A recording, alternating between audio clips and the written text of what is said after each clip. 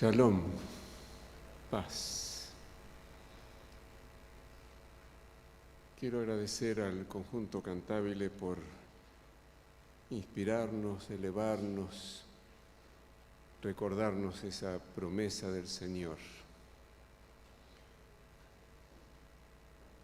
Y para esta mañana elegí el pasaje que se leyó en la lectura bíblica, Hebreos capítulo 12, versículo 14, como elemento inicial para motivarnos al estudio de un tema que me parece muy necesario y que solemos no tratarlo.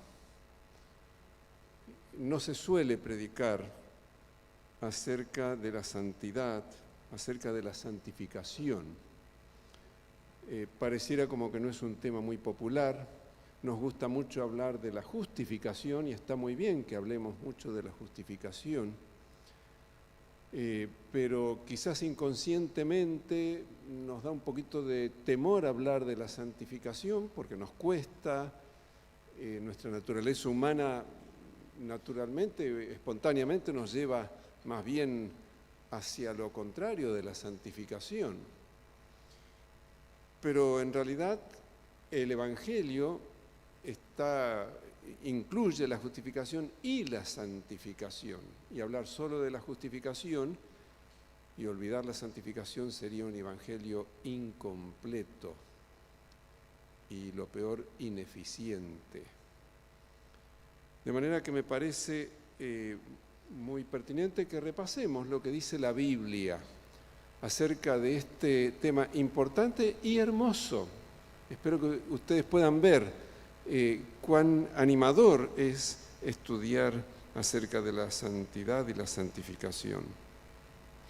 La Biblia habla de dos sentidos o dos aspectos de la santificación, dos dimensiones, podríamos decir, de la santificación. En primer lugar, la Biblia menciona la santificación como un estatus, como una condición, un estado. Cuando nosotros aceptamos a Cristo como nuestro Salvador personal, es decir, cuando nos arrepentimos de nuestros pecados, le pedimos perdón, confesamos nuestros pecados al Señor y le decimos al Señor que le entregamos nuestra vida, lo que solemos llamar la conversión, el Señor nos recibe como sus hijos y en ese instante el Señor nos declara santos. Quizás no somos conscientes de eso. A partir de ese momento el Señor dice, ustedes ahora son santos. Entramos en una relación de pacto con Él porque hemos nacido de nuevo, le hemos entregado nuestras vidas. Y ahora tenemos un nuevo estatus. Eso ocurre en un instante, al comienzo de nuestra vida cristiana. Para nosotros, que ya hemos entregado nuestras vidas al Señor, eso está en el pasado. Por eso el apóstol Pablo dice en 1 Corintios 6, desde el versículo 9 al 11, donde primero hace una lista horrible de pecados, pero después viene la buena noticia. 1 Corintios 6, versículos 9 al 11, dice, ¿no sabéis que los injustos no heredarán el reino de Dios? No erréis, ni los fornicarios, ni los idólatras, ni los adúlteros, ni los afeminados, ni los que se echan con varones, ni los ladrones, ni los avaros, ni los borrachos, ni los maldicientes, ni los estafadores heredarán el reino de Dios. Y esto erais algunos de vosotros, pero ya habéis sido lavados, ya habéis sido santificados, ya habéis sido justificados en el nombre del Señor Jesucristo y por el Espíritu de nuestro Dios. Aunque éramos alguna de esas cosas horribles, ya hemos sido lavados y junto con ser lavados y justificados, también hemos sido santificados, declarados santos. Y por eso el apóstol Pablo comienza la gran mayoría de sus epístolas con un texto como este. Elegí solo uno, Filipenses 1:1, donde él dice: Pablo y Timoteo, siervos de Jesucristo, a todos los santos en Cristo Jesús que están en Filipos. A todos los creyentes, los cristianos, que se han entregado al Señor, y por lo tanto Pablo los llama santos. Ya son santos desde el momento en que aceptaron a Cristo como su Salvador. Recibieron ese nuevo estatus. Es como decir, recibieron una carta de ciudadanía del reino de Dios, y los que son ciudadanos del reino de Dios son santos. Pero hay un segundo significado o dimensión de la santificación en la Biblia. Es la santificación como crecimiento moral, crecimiento espiritual. Este segundo sentido de la santificación es el que más conocemos y ocurre a partir de la primera dimensión. A partir del momento en que aceptamos a Cristo y el Señor nos dice: te declaro santo porque te he perdonado todos tus pecados, estás limpio, has sido justificado totalmente, ante mi vista eres santo, pero a partir de ahora el Señor nos dice: yo quiero que crezcas en el proceso diario de la santificación. Porque bien se dice que cuando aceptamos a Cristo nacemos de nuevo. Y todo aquel que nace, un bebé, necesita crecer. Estaríamos muy preocupados si un bebé nace y después de un año sigue pesando 2 kilos 200 como pesaba cuando nació, y sigue exactamente igual que cuando nació, y si después de 5 años sigue pesando 2 kilos 200 y sigue sin aprender a caminar y a hablar y todo lo demás, realmente algo no está funcionando bien. Está muy bueno nacer de nuevo, pero hay que crecer. Entonces el Señor nos declara santos cuando nacemos de nuevo y nos dice: y ahora vamos a crecer juntos. Es ese proceso diario de transformación del carácter a la semejanza de Cristo. Se realiza por el poder del Espíritu Santo en la medida en que nosotros nos vamos entregando a Él y le vamos permitiendo que Él obre esa transformación. Después que nos entregamos al Señor, Cristo nos pide que no sigamos pecando como antes. Así como le dijo a la mujer que fue sorprendida en adulterio, y Jesús le dice: ¿dónde están los que te condenaban? ¿Ninguno te condenó? Ninguno, dijo la mujer. Ni yo tampoco te condeno. Ahora ve y no peques más. El Señor la perdona, pero dice: pero a partir de ahora tiene que haber un cambio en tu vida. Ahora tienes que crecer en santidad. Ve y no peques más. El apóstol Pablo, en Romanos el capítulo 6, versículos 1 y 2, dice: ¿qué pues diremos? ¿Perseveraremos en el pecado para que la gracia abunde? En ninguna manera. O sea, ahora que hemos nacido de nuevo, ¿vamos a perseverar en el pecado? De ninguna manera, dice Pablo. Porque los que hemos muerto al pecado, al entregarnos al Señor, ¿cómo viviremos en Él? Dios nos pide que seamos santos porque Él es santo. Es interesante que Dios nunca nos pide algo que Él mismo no hace. A veces los seres humanos podemos decir a otro que haga algo que nosotros en realidad no hacemos, ¿no es cierto? Pero Dios siempre es un modelo. Cuando nos pide algo, Él nos puede decir: hagan como yo. En Levítico el capítulo 19, el versículo 2, dice: habla a toda la congregación de los hijos de Israel y diles: santos seréis, porque santo soy yo, Jehová vuestro Dios. Y ese mismo concepto lo repite el apóstol Pedro en el Nuevo Testamento, en 1 Pedro capítulo 1, versículos 15 y 16, donde dice: como aquel que os llamó es santo, sed también vosotros santos en toda vuestra manera de vivir, porque escrito está: sed santos porque yo soy santo, dice el Señor.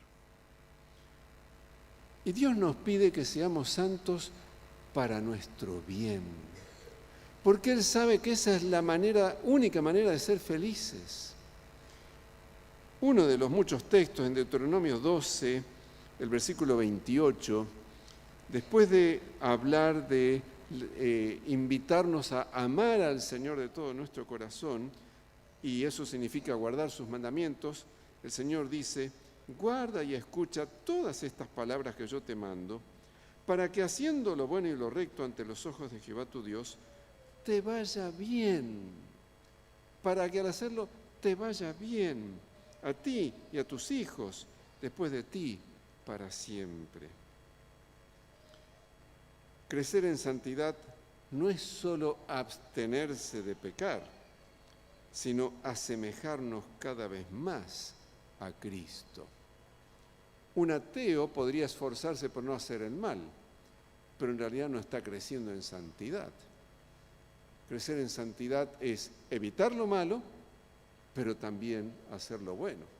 Porque de paso el apóstol Santiago dice que el pecado está no solo en no hacer lo malo, sino el pecado está en que aquel que sabe hacer lo bueno, pero no lo hace. De manera que crecer en santidad es evitar lo malo, pero sobre todo vivir como Jesús, obedecer como Él a los mandamientos de Dios. Y ahora me surge la pregunta: ¿cómo podemos crecer en santidad? Colosenses 2, versículo 6 responde. Colosenses 2, versículo 6. De la manera que habéis recibido al Señor Jesucristo, así andad en Él. Lo recibimos cuando lo aceptamos como Salvador, cuando nos entregamos a Él. ¿De qué manera recibimos a Cristo? Es muy simple. Por fe. Somos salvos por la fe. Por la fe le hemos dado nuestra vida, por fe en que Él nos perdona, en que Él nos acepta. Y Pablo dice, así como ustedes lo recibieron, que fue por la fe, así ahora tienen que caminar con Él. Es por la fe. La salvación es por la fe de punta a punta. Desde el primer instante en que aceptamos a Cristo y le entregamos nuestras vidas, hasta el último instante de nuestra vida, es solo por la fe en Cristo. No fe en nosotros mismos o en otra persona, fe en Cristo. Por la fe. ¿Qué significa la fe? Elena de White dice en El Camino a Cristo, la verdadera fe es sumisión a la voluntad de Dios. Someternos a la voluntad de Dios. Eso es fe. Es decir, renunciar a hacer lo que yo quiero. Y eso lo necesitamos hacer todos los días. Eso es fe. Es decirle, Señor, hoy quiero hacer lo que tú quieres. Hoy rindo mi voluntad a ti. Hoy confío en ti. Fe, verdadera fe, es creer en las promesas del Señor. Si Él lo dijo, yo lo creo, le tomo la palabra. ¿Y cuánto nos cuesta creer de verdad? Porque decir que tenemos fe lo podemos decir. Pero ¿cuánto nos cuesta realmente ejercer fe? De que si Él dijo, lo va a cumplir. Él tiene el poder para hacerlo. ¿Lo puede hacer? Por supuesto. Una vez un famoso equilibrista anunció que iba a hacer poner un cable de acero por sobre las cataratas del Niágara, que son enormes, majestuosas, y un día él iba a cruzar haciendo equilibrio sobre ese cable de acero. Lo anunció con tiempo y se juntó una enorme multitud para ver ese espectáculo. Y todos querían ver si realmente llegaba al otro lado o se caía, y por supuesto se moría si se caía. Cruzó con éxito y volvió con éxito. Y la multitud estaba delirando, aplaudiendo, estaban asombrados. Y entonces el hombre tomó un megáfono y les dijo, ¿cuántos de ustedes creen que yo ahora puedo volver a cruzar, pero con una carretilla? Y la gente dudó un poco, pero dicen, si él lo dice, debe ser que que lo ha practicado y que se anima, así que levantaron la mano.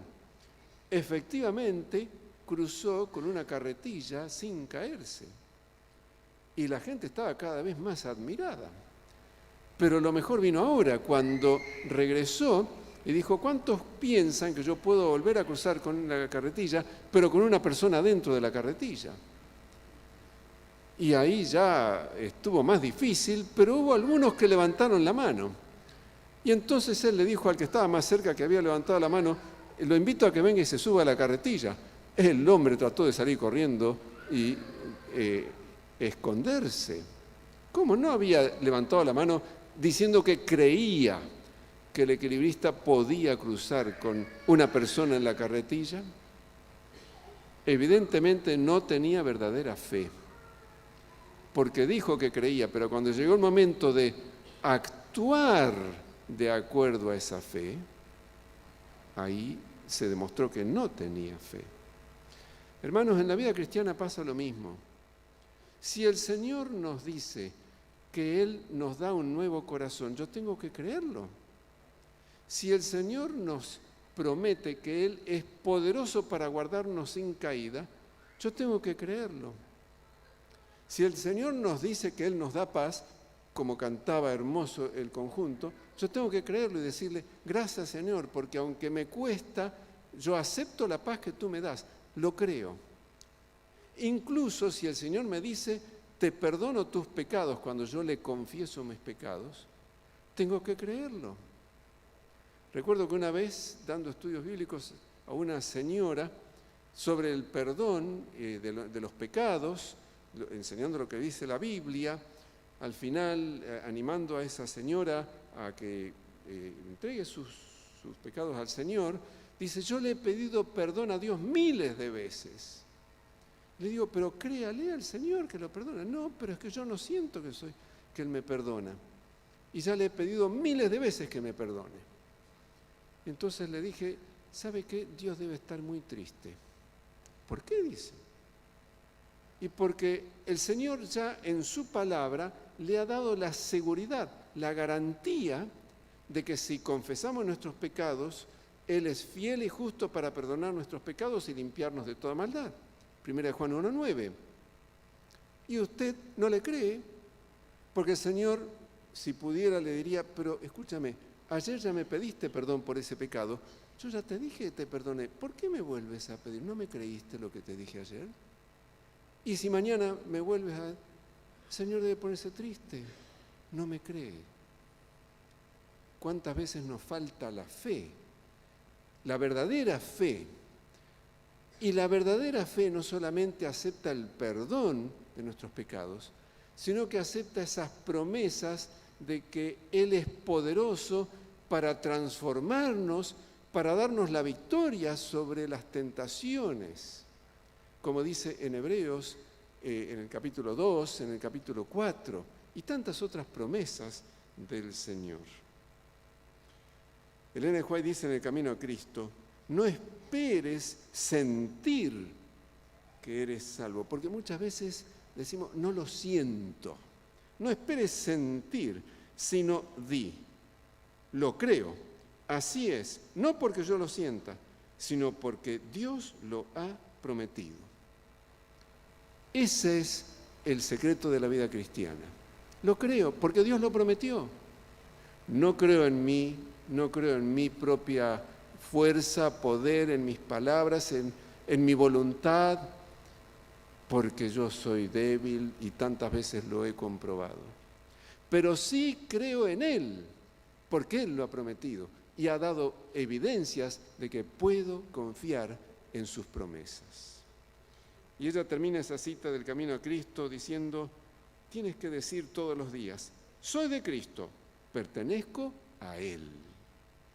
Y cuánto bien nos hace recordarnos a nosotros mismos cada día, soy de Cristo, le pertenezco a Él. Y saben que el Señor cuida muy bien sus pertenencias y nos va a cuidar muy bien si nosotros nos renovamos esa entrega y lo creemos de todo corazón. ¿Cómo podemos crecer en la santificación? Fíjense qué bueno que es el Señor. Dice en Romanos 6, 22, ahora que ustedes que habéis sido libertados del pecado y hechos siervos de Dios, tenéis por vuestro fruto la santificación. La santificación es un fruto de haber sido liberados del pecado y hechos siervos de Dios. ¿Cómo somos hechos siervos de Dios? Cuando nos entregamos a Él. Muy simple. El siervo no hace su voluntad. El esclavo hace la voluntad del dueño. Solo que en el caso de que somos siervos de Dios, no es un castigo, no es una tortura hacer la voluntad de Dios. Es un placer, es la única manera de ser felices. Y lo más extraordinario es que como somos siervos de Él y somos su pertenencia, Él produce el fruto en nosotros, que es la santificación. Los árboles no hacen fuerza para dar fruto. No dice un naranjo al otro naranjo, vos sabés que estoy cansado de hacer fuerza para dar naranjas. Los árboles dan naranjas porque son naranjos, nada más.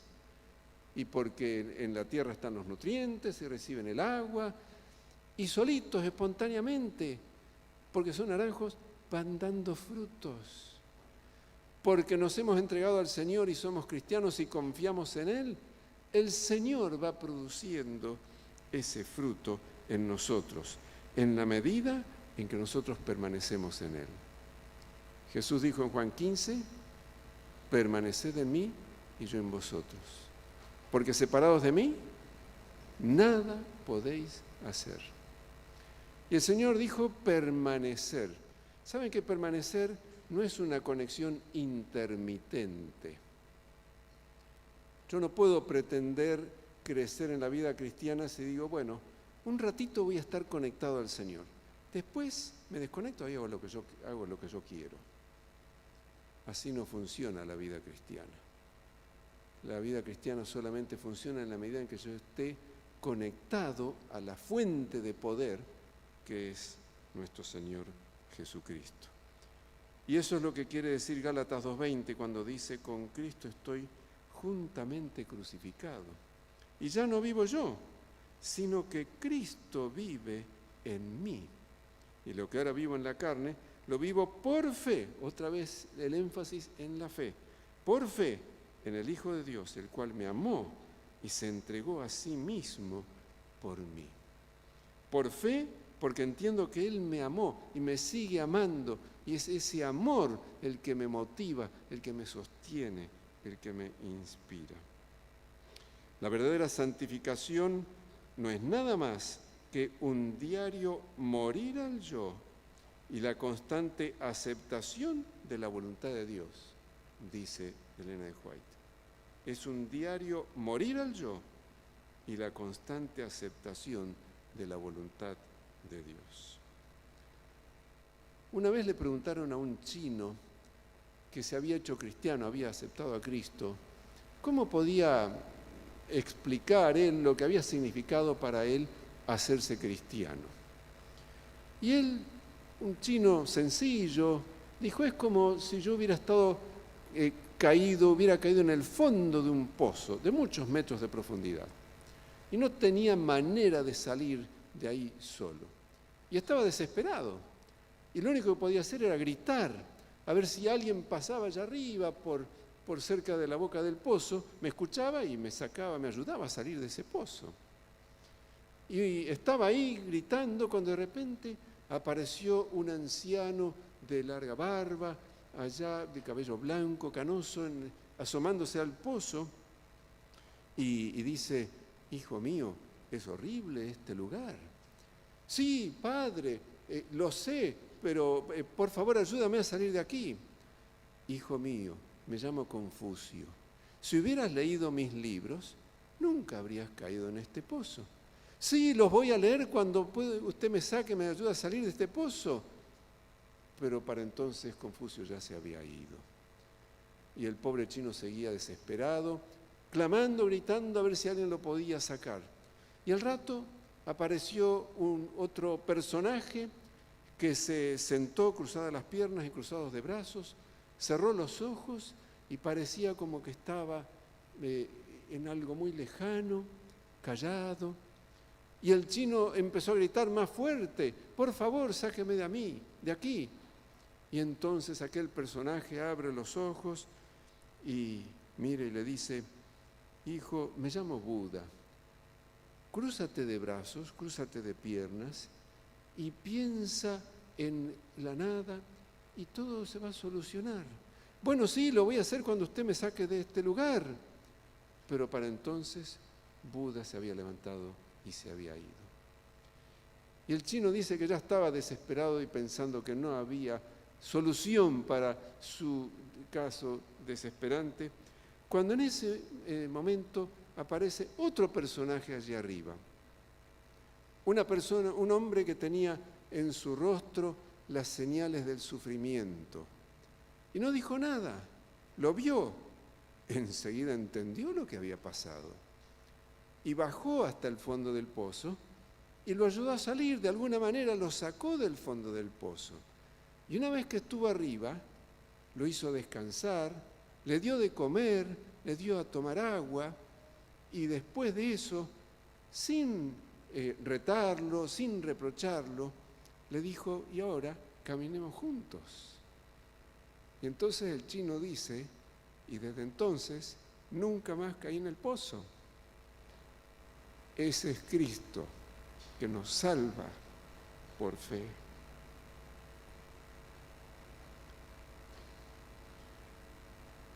¿Cuándo termina la santificación? ¿Será que uno puede graduarse de esa escuela en algún momento? ¿Será que después de 5 años de ser cristiano, después de 10, 15, 20, uno puede decir: ya completé el proceso de la santificación? ¿Será como los conquistadores o los guías mayores que llegan a un punto y bueno, ya sacaron la medalla de oro y son guía mayor y ahí se terminó? Pablo dijo al final de su vida, cuando estaba preso en Roma, ya muy poco antes de morir. Filipenses 3, versículos 13 y 14. Hermanos, yo mismo no pretendo haberlo ya alcanzado. Y si Pablo, el gran apóstol de la fe, admirable, cuando estaba por morir no lo había alcanzado, ¿qué nos queda para nosotros? Pero Pablo no termina ahí ese versículo. Gracias a Dios que sigue. No pretendo haberlos alcanzado, pero una cosa hago, olvidando ciertamente lo que queda atrás, olvidando esos fracasos, esas caídas, eso que me da vergüenza, olvidando eso y extendiéndome a lo que está delante, prosigo a la meta.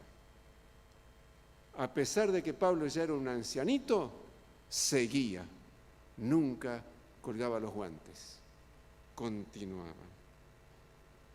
Y Elena de White dice: la santificación no es obra de un momento, una hora o un día, sino de toda la vida. Y si alguien tiene 90 años, todavía tiene lugar para crecer en la santificación. Ella termina esa cita diciendo: mientras reine Satanás, tendremos que dominarnos a nosotros mismos y vencer los pecados que nos rodean. Mientras dure la vida, no habrá un momento de descanso, un lugar al cual podamos llegar y decir: alcancé plenamente el blanco. Siempre tendremos que seguir en este camino, en este proceso de avance continuo en el camino de la santificación, sin desanimarnos, siempre más alto, siempre más cerca del Señor, siempre más parecidos a nuestro Señor Jesucristo. Y otra pregunta: ¿hasta qué punto espera Dios que avancemos en santidad? Si estuviéramos cursando una carrera, una materia o estudiando, podríamos decir: ¿cuál es la nota mínima para aprobar la materia? ¿Hasta qué punto espera Dios? ¿Cuál es el nivel básico para poder ser aprobados. En 1 Tesalonicenses 3, versículos 12 y 13 dice: el Señor os haga crecer y abundar en amor unos para con otros y para con todos, como también lo hacéis para con nosotros, para que sean afirmados vuestros corazones irreprensibles en santidad. Irreprensibles en santidad. Y en 1 Tesalonicenses 5:23 dice: y el mismo Dios de paz os santifique por completo. ¿Hasta qué punto espera el Señor? O mejor dicho, según este versículo, ¿hasta qué punto quiere Él santificarnos? ¿Sacar un 6, la nota mínima de aprobación? No, Él dice: el mismo Dios de paz os santifique por completo, y todo vuestro ser, espíritu, alma y cuerpo, sea guardado irreprensible para la venida de nuestro Señor Jesucristo. Y esto lo comenta Ellen White diciendo, otra vez en ese librito, El Camino a Cristo, que ya he citado varias veces. Hermanos, ese librito es oro en polvo. Yo los invito, si no lo han hecho últimamente, a volver a leerlo. Y si no lo han leído, léanlo. Es un librito cortito, El Camino a Cristo. Vale la pena volver a leerlo y releerlo. Y ella dice: quienes sienten el constrictivo amor de Dios no se preguntan cuánto es lo menos que pueden dar para satisfacer los requerimientos de Dios. No preguntan cuál es la norma más baja aceptada, sino que aspiran a una vida de completa conformidad con la voluntad del Salvador. Y para terminar, yo quisiera advertir acerca de 2 errores que tenemos que evitar respecto de la santificación. 2 peligros que el enemigo pone delante de nosotros, porque el enemigo no quiere, por supuesto, que seamos salvos. El primer peligro o error es tratar de ser santos mediante nuestros propios esfuerzos. Imposible. No se puede. Y lo sabemos por experiencia y porque la Biblia lo dice. Y también lo dice el Espíritu de Profecía. Imposible. Yo solo no puedo ser santo. No puedo vencer una sola tentación. Dice Jeremías 13:23, ¿mudará el etíope su piel y el leopardo sus manchas? Así también, ¿podéis vosotros hacer el bien estando habituados a hacer el mal? De ninguna manera. Y en otra parte dice, aunque amontones jabón sobre ti y te laves con lejía, con soda cáustica, la mancha de tu pecado permanece y no podemos cambiarnos a nosotros mismos. El que está procurando llegar a ser santo mediante sus propios esfuerzos por guardar la ley está procurando una imposibilidad. Todo lo que el hombre puede hacer sin Cristo está contaminado de egoísmo y pecado. Solo la gracia de Cristo por medio de la fe puede hacernos santos. ¿Saben que tratar de ser santo por mi propia fuerza es frustrante, es amargante? Produce cristianos amargados, produce cristianos sin gozo y en última instancia lleva a la hipocresía. Es terrible. Que el Señor nos libre de caer en ese error. No tratemos de ser santos por nosotros mismos. Pero el segundo error, que es el opuesto, es igualmente malo, así como este primero. Este otro error es pensar que, como es imposible ser santo por mí mismo, no puedo vencer ciertos defectos, y entonces, bueno, si soy así, ¿qué voy a hacer? No puedo, y así voy a seguir hasta que Cristo venga, sin vencer ciertos pecados.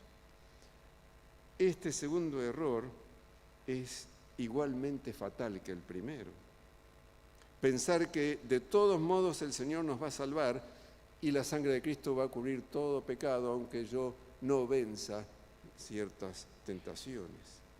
Saben que esto revela falta de fe. En vez de creer en Cristo, estamos creyendo que el diablo es más poderoso que Cristo. porque el diablo puede ganar la victoria sobre nosotros y puede hacernos pecar. Cuando Cristo ha dicho que Él es todopoderoso para guardarnos sin caída, ¿a quién le creemos? ¿O le creemos al diablo o le creemos a Cristo? Quizás no lo planteamos así, pero en realidad en el fondo es falta de fe. Si creo que Cristo me perdona, también debo creer que Él me transforma. También debo creer que Él es poderoso para guardarme sin caída. Tantas promesas ha hecho Él de que nos va a dar un nuevo corazón en Ezequiel 36, 26 y 27, que va a poner dentro de nosotros su espíritu, que va a hacer que andemos en sus estatutos y guardemos su ley. Él lo ha prometido. Creámosle. En Hebreos 2:18, pues en cuanto Él mismo padeció siendo tentado, es poderoso para socorrer a los que son tentados. Él tiene todo el poder. Hermanos, para que veamos cuán terrible es este error, Elena White dice, nadie se engañe creyendo que Dios lo va a salvar mientras pisotee uno de sus requerimientos. No nos engañemos. Mientras sigamos sin superar nuestros defectos por la gracia de Dios, no hay salvación. Un pecado cometido deliberadamente, insisto en esta palabra, deliberadamente, acalla la voz del Espíritu Santo y separa al alma de Dios. Cuando deliberadamente, cuando a sabiendas yo decido, me gusta esto, yo sé que está mal, pero lo quiero hacer y lo hago, ahí estoy apartándome totalmente del Señor. Por eso nadie diga, no puedo remediar mis defectos de carácter. Si ustedes llegan a esa conclusión, dejarán de obtener la vida eterna. La verdadera dificultad proviene de la corrupción de un corazón no santificado y la falta de voluntad para someterse a Dios. Ese es nuestro problema, la falta de voluntad para rendirnos al Señor.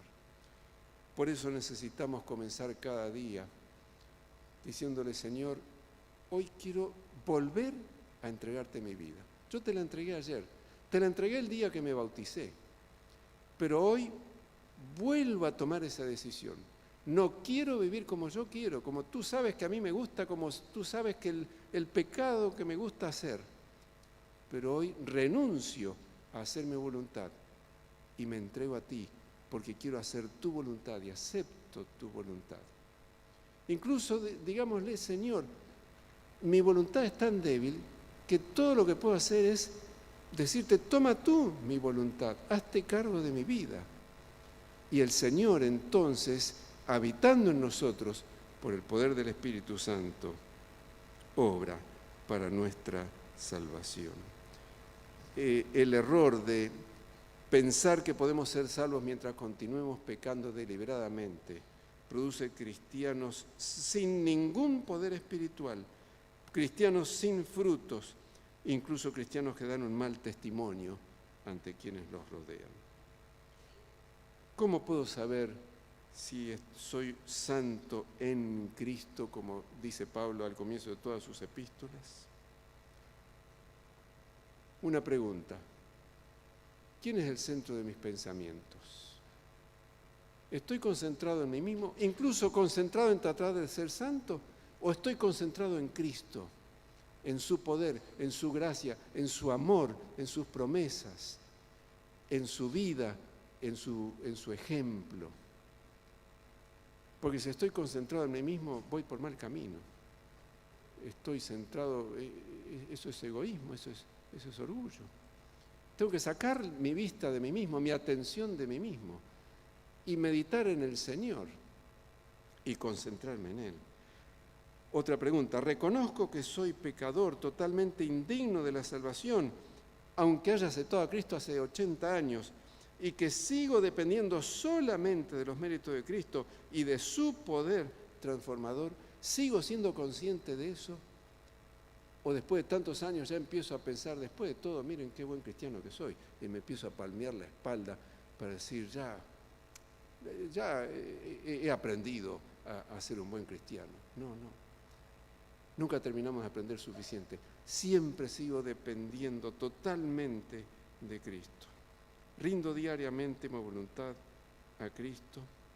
Tengo algún defecto de carácter que no quiero cambiar, que digo, como dice el viejo tango, si soy así, ¿qué voy a hacer?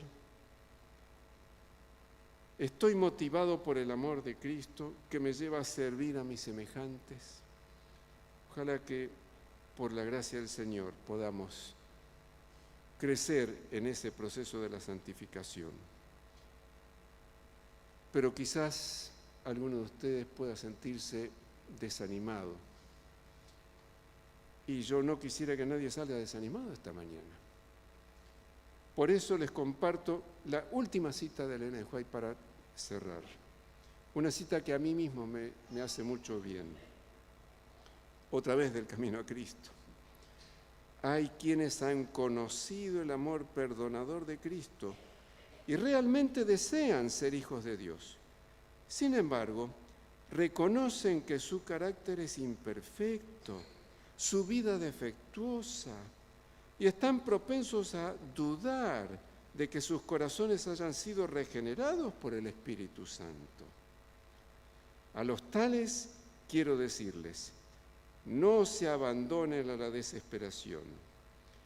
A menudo tendremos que postrarnos y llorar a los pies de Jesús por causa de nuestros defectos y errores. Pero no debemos desanimarnos. Incluso si somos vencidos por el enemigo, no somos desechados, ni abandonados, ni rechazados por Dios. No, Cristo está a la diestra de Dios e intercede por nosotros. Él desea que te reconcilies con Él, quiere ver su pureza y su santidad reflejada en ti. Y si tan solo quieres entregarte a Él, el que comenzó en ti la buena obra, la perfeccionará hasta el día de Jesucristo. Amén.